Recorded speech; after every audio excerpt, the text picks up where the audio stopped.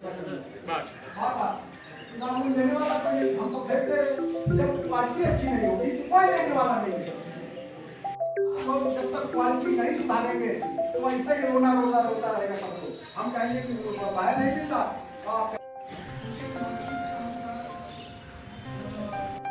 क्या क्या बोला आपने? अभी करवाया।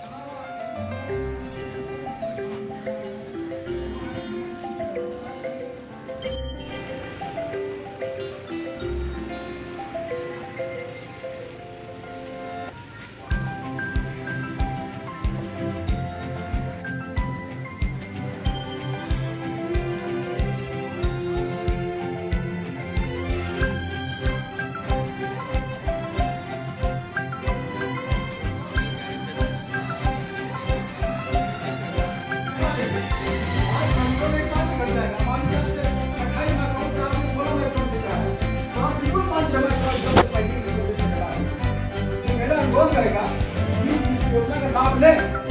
कभी कभी रतन सिंह से इसके बारे में जरा पूछेगा, क्योंकि रतन सिंह हमारे पास में लगातार रहते हैं। इन्होंने बहुत लाभ उठाया है, अच्छी नस्ल के पेड़े ले गए हैं, तो इनको बहुत लाभ हो रहा है। वही बहुत क्वालिटी 20 माइक्रोन के आसपास आ गई, जो हमारे घर में क्या है क्वालिटी अच्छी है।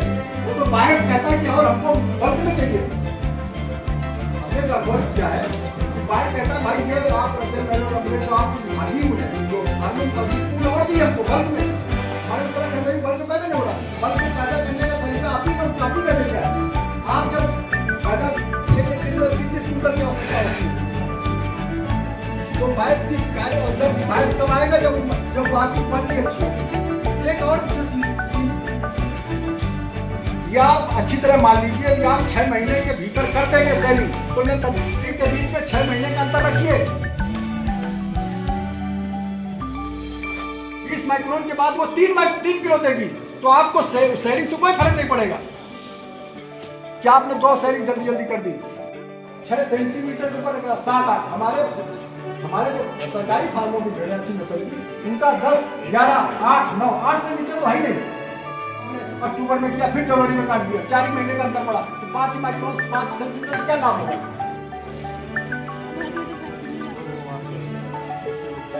अच्छा, कुछ डॉक्टर साहब आज यहाँ आयोजन हो रहा है एक दिन का, आपका जो है ना क्या उद्देश्य है और ये इसका क्या अभी तक फीडबैक रहा है? इसका उद्देश्य यही है कि जो भेड़ पालक और हमारी जो पूरे साल में शेयरिंग के बाद जो ऊन उत्पादन होता है, तो ऊन उत्पादन का एक जो सेल आउट है, सेल करना, वो अभी तक बहुत बड़ा चैलेंज बना हुआ है, जिससे हम लोग हमारा पूरा उत्तराखंड पूरी मशीनरी इससे जूझ रही है। उसी को मद्देनज़र रखते हुए 1 दिवसीय विक्रेता सम्मेलन कराया जा रहा है, जो कि उत्तराखंड भेड़ एवं ऊन विकास बोर्ड के तत्वाधान में हो रहा है।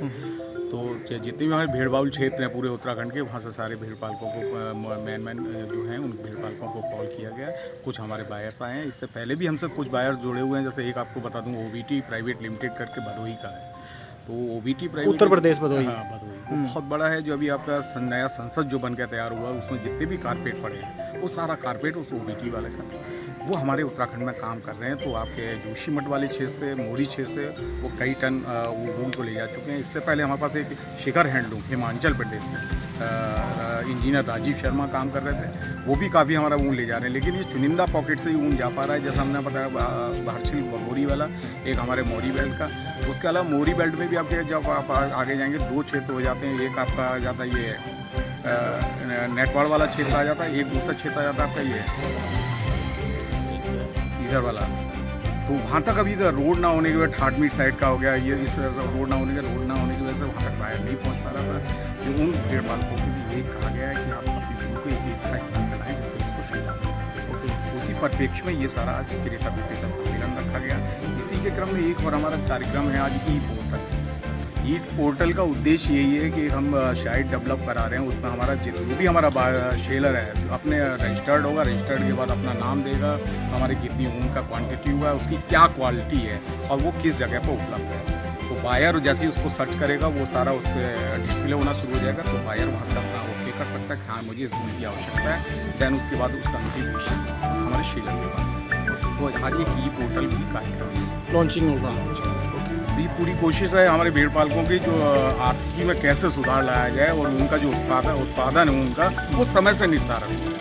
तो कुछ कुछ क्षेत्र में हो रहा है और अच्छा कोशिश है ये 100% सबको। कहाँ और सेलर है वो सब?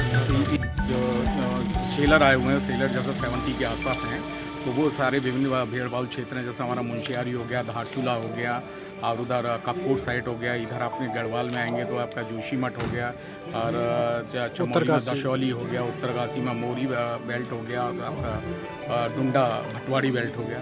यहाँ से भीड़भाड़ पहुँचे हुए हैं। आपके सर जो हमारे पास प्योर ब्रीड में है, जो हमारे पास है वो ऑस्ट्रेलियन मैरिनो है, जिसका माइक्रोन 17 से 18 माइक्रोन रहता है। वो सुपर फाइन बूल में आता है, जो एप्पल बूल में यूज होता है, और जिसका कीमत गवर्नमेंट उत्तराखंड सरकार ने 550 रुपये पर केजी निर्धारित किया गया है। तो सारे जो उनका जो डिसाइड करते हैं रेट का, वो उनके रेशे पर और उनकी लंबाई पे, उनके रेशे की मोटाई कितनी और लंबाई कितनी है, उसके आधार पर होता है। तो जो हमने 17-18 माइक्रोन बताया, तो इसका जो लेंथ रहता है वो 70 mm एवं रहता है। उसके बाद जो हमारे फील्ड का है, तो वो जो वेरिएशन है माइक्रोन में काफ़ी है। तो जब एक ही फ्लॉग में 20 से लेके आपको 32 तक दिखाई देगा। अच्छा, तो वो डिसाइड करना मुश्किल होता है। फिर उसका एक एवरेज लेके चलते हो, तो एवरेजन वो 28 के आसपास आया, तो वो आपका 100 रुपये केजी का रखा गया।